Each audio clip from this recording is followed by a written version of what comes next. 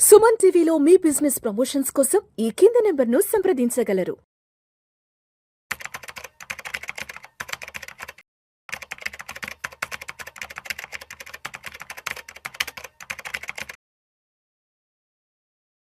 Sir Giribabu గారు నమస్తే sir. నమస్తే అండి. Welcome to Vishnu talks. Thank you. So Giribabu గారు, ఇప్పుడు మనందరం రకరకాల ఇన్వెస్ట్మెంట్స్ చేస్తూ ఉంటాము. ఆ ఇన్వెస్ట్మెంట్స్ మీద రకరకాలుగా రిటర్న్స్ వస్తూ ఉంటాయి కదా. మరి మనం చేసిన ఇన్వెస్ట్మెంట్ సరైనదా కాదా, అదేవిధంగా దాని మీద వస్తున్నటువంటి రిటర్న్స్ అనేవి సరైన విధంగా వస్తున్నాయా లేదా అన్నది ఎలా జడ్జ్ చేసుకోవాలి, ఎలా ఐడెంటిఫై చేసుకోవాలి? ఎందుకంటే ఇక్కడ రిస్క్ రివార్డ్ అనే రెండు ఉంటాయి కాబట్టి ఈ రెండింటిని దృష్టిలో ఉంచుకొని, ఈ రెండింటిని అర్థం చేసుకొని, మనం పెడుతున్న పెట్టుబడి సరైనదా కాదా, దాని మీద వస్తున్న రాబడులు సరైనవా కాదా అని ఎలా మనం అర్థం చేసుకోవచ్చు అసలు? యాక్చువల్గా ఈ టాపిక్ నేను ఎందుకు మాట్లాడదాం అనుకున్నానంటే, ఒక 3 days బ్యాక్ ఒక క్లయింట్ కాల్ చేశాడు. సార్, నా దగ్గర ₹1,00,000 ఉన్నాయి, నాకు చాలా డబ్బులు అవసరం ఉన్నాయి, ఈ ₹1,00,000 నేను ఎక్కడైనా పెట్టి నాకు నెలకు ఒక 5,000 వస్తే నేను కొంచెం ఖర్చు పెంచుకుంటా అని చెప్తున్నాను. నెలకు 5,000 10 వస్తే బాగానే ఉంటది, కనీసం 5,000 నెలకా అని అడిగా. నేను సంవత్సరానికా అడిగా. కాదు, నెలకంట.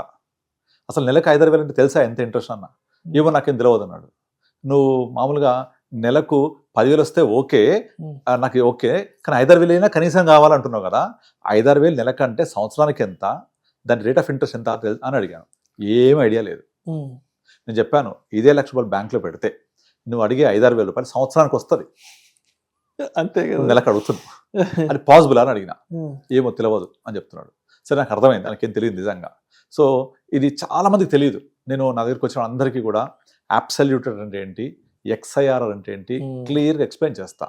XIRR అంటే extended internal rate of return, CAGR, compounded annual growth rate. ఇది ఎంత ఉండాలి, ఎంత ఉంటే మీరు సాటిస్ఫై అవ్వాలి, ఇది ఖచ్చితంగా ప్రతి ఒక్కళ్ళకు ఎక్స్ప్లెయిన్ చేస్తాను. ఎందుకంటే ఈ నెంబర్స్ కనుక అర్థం కాకపోతే వాళ్ళు ఎంత రిటర్న్ వచ్చింది, నేను సరైన దారిలో ఉన్నానా లేదా అనేది కూడా అర్థం కాదు. మీరు మెయిన్గా రియల్ ఎస్టేట్, కొన్ని రకాల ఇన్సూరెన్స్ పాలసీస్ ఇక్కడ చూస్తే, ఇన్సూరెన్స్ పాలసీ అమ్మేటప్పుడు ఏం చెప్తారు వాళ్ళు, సంవత్సరానికి ఎంత కట్టాలి, మెచ్యూరిటీ ఏ సంవత్సరంలో ఉంటుంది, అప్పుడు ఎంత వస్తాయి అంటే మనం కట్టేది వేలల్లో ఉంటే లక్షల్లో వస్తాయని చెప్తూ ఉంటారు. కానీ దాన్ని పట్టే పీరియడ్ ఎంత, దాన్ని బట్టి కదా మనం అక్కడ రేట్ ఆఫ్ రిటర్న్ ఎంతో ఎక్సెస్ చేసేది. ఈ పీరియడ్ గురించి మాట్లాడకుండా మేబీ 15-20 years పీరియడ్ ఉంటుంది, అది తెలుసు. అది కానీ మీరు కొన్ని వేల రూపాయలు ఎవ్రీ ఇయర్ కడుతూ పోతే మెచ్యూరిటీలో కొన్ని లక్షల రూపాయలు వస్తుంది. ఎన్ని ఫ్యూ ల్యాక్స్ రూపీస్. అక్కడ లక్షలు వేలు, లక్షలు వేలు, ఇదంతా సైకాలజీ. అరే నేను వేలలో కడుతున్నా, లక్షలు వస్తున్నాయి అని ఆలోచిస్తారు తప్ప నాకు వచ్చే రేట్ ఆఫ్ రిటర్న్ ఎంత అని అర్థం చేసుకుంటే ఎవరు ఆ ఇన్సూరెన్స్ పాలసీ జోలికి కూడా పోరు. తర్వాత రియల్ ఎస్టేట్, నేను 20 years బ్యాక్ కొన్నాను, ఫ్యూ ల్యాక్స్, ఇప్పుడు ₹1,00,000 ఉంది, లేదా ఫ్యూ థౌజండ్స్ ఇప్పుడు లక్షల్లో ఉంది. Okay, right, good. మీరు ఎప్పుడైనా దాని పర్సంటేజ్ రిటర్న్ లెక్కేశారా? అయ్యారు ఎవరు? దాని బట్టి టైం ఎంత? సపోజ్ ఫర్ ఎగ్జాంపుల్ ఒక క్లయింట్ ఉంది, ఆమె నేను అల్వాల్లో 2006-07లో 7 లక్షలకి ఒక ల్యాండ్ కొన్నాను. ఇవాళ ల్యాండ్ 40 లక్షలు ఉంది. 2007లో 6-7 ఆ టైంలో కొన్నాను, దగ్గర 18-19 ఏళ్ల క్రితం. 6-7 అంటే ఆల్మోస్ట్ 20 సంవత్సరాలు. 20 ఏళ్లలో 7 లక్షలు పెట్టి కొన్న ల్యాండ్ ఇవాళ 35-40 లక్షల మధ్య ఉంది అంటే 5 times పెరిగింది. మీరు CAGR లెక్కేయండి, కనీసం 5-6% కూడా రాదు అది. కానీ అక్కడ వాళ్ళు 7 లక్షలు పెట్టుకున్నా 40 లక్షలు వచ్చింది, 30 లక్షలు, 30-40 లక్షలు ఉంది. 40 ఉంది కానీ 30 పోద్ది. ఇప్పుడు చెప్పుడు ఆమె 40 ఉంది కానీ 30 వరకు పోతుంది.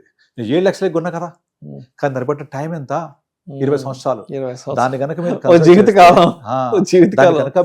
కన్సిడర్ చేసి కనుక లెక్కేస్తే 5-6% కూడా రాదు.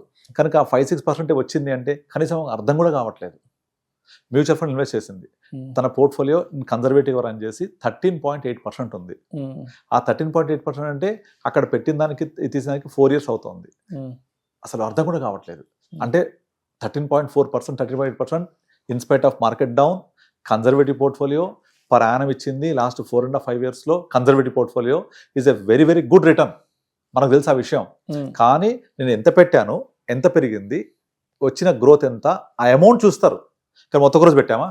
లేదు. స్టెప్ బై స్టెప్ అప్పుడింత పెట్టారు. ఇవి చూడరు. SIPలో కూడా అంతే. నేను 8 ఏళ్ళు పెడతాను, SIP 7 ఏళ్ళు. అప్పుడు కానీ మీరు పెట్టే అమౌంట్ డబల్ కాదు, ఇన్వెస్టెడ్ అమౌంట్ మార్కెట్ వాల్యూ. కానీ 8 years క్రితం పెట్టా డబల్ కాలే, 8 years క్రితం మీరు అంత రోజు పెట్టలేదు కదా. దానికి XIRR ఉంటుంది కదా, ఆ XIRR ఎంత వస్తుందని చూడాలి. దీనికి ఒక థంబ్ రూల్ చెప్తాను నేను. మన దగ్గర కనుక ₹1,00,000 ఉంటే దాన్ని లీస్ట్ మినిమం రిటర్న్ ఎంత జనరేట్ చేయొచ్చు? Simple. Bank, state bank of India, the safest bank in India వెళ్తే ఇవాళ ఉన్న రేట్ ప్రకారం 6.5% ఇస్తారు.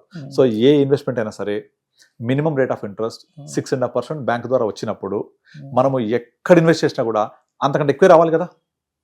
సో దీన్ని ఏమంటాం అంటే ఆపర్చునిటీ కాస్ట్ అంటాం. Opportunity cost says that least risk taken, least efforts you have kept. అసలు ఏం ఎఫర్ట్స్ లేకుండా, బుర్ర ఉపయోగించుకోకుండా, ఏమి చేయకుండా వచ్చే రిటర్న్ 6.5%. దీన్ని స్కేల్ ఆఫ్ 0 to 10 అని రాస్తే ఈ స్కేల్లో 0 అంటే 0 రిస్క్, రివార్డ్ ఈస్ 6.5%. అంటే 1 to 10 స్కేల్లో రాస్తే ఇది 1లో ఉంటుందన్నమాట. అంటే 1 to స్కేల్ ఏంటంటే 1 ఒక ఇన్వెస్ట్మెంట్, రిస్క్ పెరుగుద్ది 2, ఇంకా రిస్క్ పెరుగుద్ది 3 ప్రకారంగా రివార్డ్ కూడా పెరుగుతూ ఉంటుంది. అలా తీసుకుంటే 1లో ఉండేది FD 6%. Number 2 mutual funds. ఎంత రావాలి mutual funds?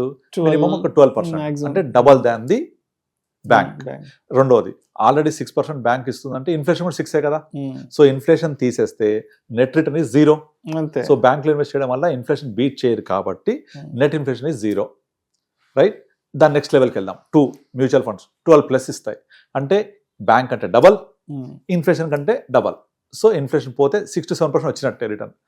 Number 3 stock market. Risk ఎక్కువ, రివార్డ్ ఎక్కువ. అక్కడ 18-20 కూడా రావచ్చు, పోతే అది కూడా మొత్తం పోవచ్చు. Number 4 trading. Stock market investment, trading ఎక్కువ రావచ్చు, పోవచ్చు. స్పెక్యులేషన్, F&O ఇంకా రిస్క్, అది డేంజర్. పోతే 50 1 నిమిషంలో పోతాయి, వస్తే 50 వస్తాయి గంట సేపట్లో, కానీ ఎంత రిస్క్. నెక్స్ట్ ఆ పైన క్రిప్టో కరెన్సీ, ఇంకా రిస్క్. అంటే మీరు ఇక్కడ స్కేల్ 1 2 3 4 పైకి వెళ్ళినా కొద్దీ bank FD, mutual fund, stock market, trading, F&O, crypto currency ఇలా పోతూ ఉంటే సినిమా ఇండస్ట్రీ ఫైనాన్స్ ఉంటుంది, అది 8-10% రిటర్న్ వస్తుంది. కానీ ఎంత రిస్క్ ఉంటుంది? సినిమా రాకపోతే, బయట రాకపోతే మొత్తం పోయినట్టు. ఆ పైన ఇది మన దాని ఏమంటారు, అదే మన IPL బెట్టింగ్ ఉంటుంది చూసారా, అలాంటి బెట్టింగ్స్ అవన్నీ కూడా బెట్టింగ్ యాప్స్, అవి ఇంకా ఎక్కువ రిస్క్ ఉంటుంది. అంటే ఇక్కడ రిస్క్ తీసుకున్న కొద్దీ రివార్డ్ పెరుగుతోంది. మనీ లెండింగ్ చాలా మంది చేస్తూ ఉంటారు. నాకు ఒక క్లయింట్ అడిగాడు ఎంత వస్తుంది అంటే 12% అంటే ఎంత మిత్తి వర్కౌట్ అవుతుందంటే ₹1 మిత్తి అని చెప్పింది నేను. ₹1 అయినా బయట ₹3 ఇస్తారు కదా అంటాడు. ఆ రిస్క్ ఎంత ఉంది అక్కడ? సో కనుక జనానికి అది అర్థం కావాలి, రిస్క్ వర్సెస్ రివార్డ్ రేషియో. అది అర్థమైతే నేను ఎంత పెట్టాను, నాకు ఎంత వస్తుంది, నేను ఎక్కడున్నాను మంచిగా అర్థమవుతుంది. అయితే మనము నార్మల్గా అందరికీ చెప్పే ఎగ్జాంపుల్ ఏంటంటే, మీరు ₹1,00,000 ఉన్నాయంటే సింపుల్గా తీసుకెళ్ళి బ్యాంక్లో పెడితే 6 వస్తుంది, ఇక్కడ బయట లెండింగ్ చేస్తే 24 వస్తుంది అనుకున్నాం అనుకోండి. 24 is very risky, 6 is 0 risk. So make it average. 6 + 24 30/2 15. ఈ 15% అనేది average of higher side of risk full, lower side of risk free. ఈ రెండింటికి యావరేజ్ ఇస్ 15 మ్యాక్సిమం. ఇదిగా బ్యాంక్లో 6 కదా, at least double two bit inflation 12%. So 12-15% మధ్యలో కనుక రిటర్న్ వస్తే 12-15 మధ్య, it is miracle, super duper returns. 12 cross అయిందంటే ఎక్సలెంట్ రిటర్న్ వచ్చినట్టే మనకు. ఎందుకు? This is a compounding nature కాబట్టి. మీకు కనుక 15% వస్తే కనుక విత్ ద కాంపౌండింగ్ నేచర్, మీ డబ్బులు ఎవ్రీ 4.8 yearsకి డబల్ అయినట్టే. Rule 72 says that if your return is 72/18 వేసామనుకోండి, ఒక రిటర్న్ 18 వస్తే 72/18 ఎంత?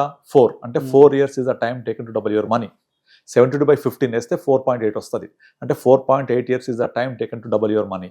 ఇలా కనుక మనకు నెంబర్స్ అర్థమైతే, మనం ఒక ఇన్సూరెన్స్ పాలసీ తీసుకుంటే మనం పెట్టే ఇన్వెస్ట్మెంట్ ఎంత, వచ్చే డబ్బులు ఎంత, ROI ఎంత, రిటర్న్ ఆన్ ఇన్వెస్ట్మెంట్ లెక్కేస్తే 4-5-6% కూడా ఉండదు.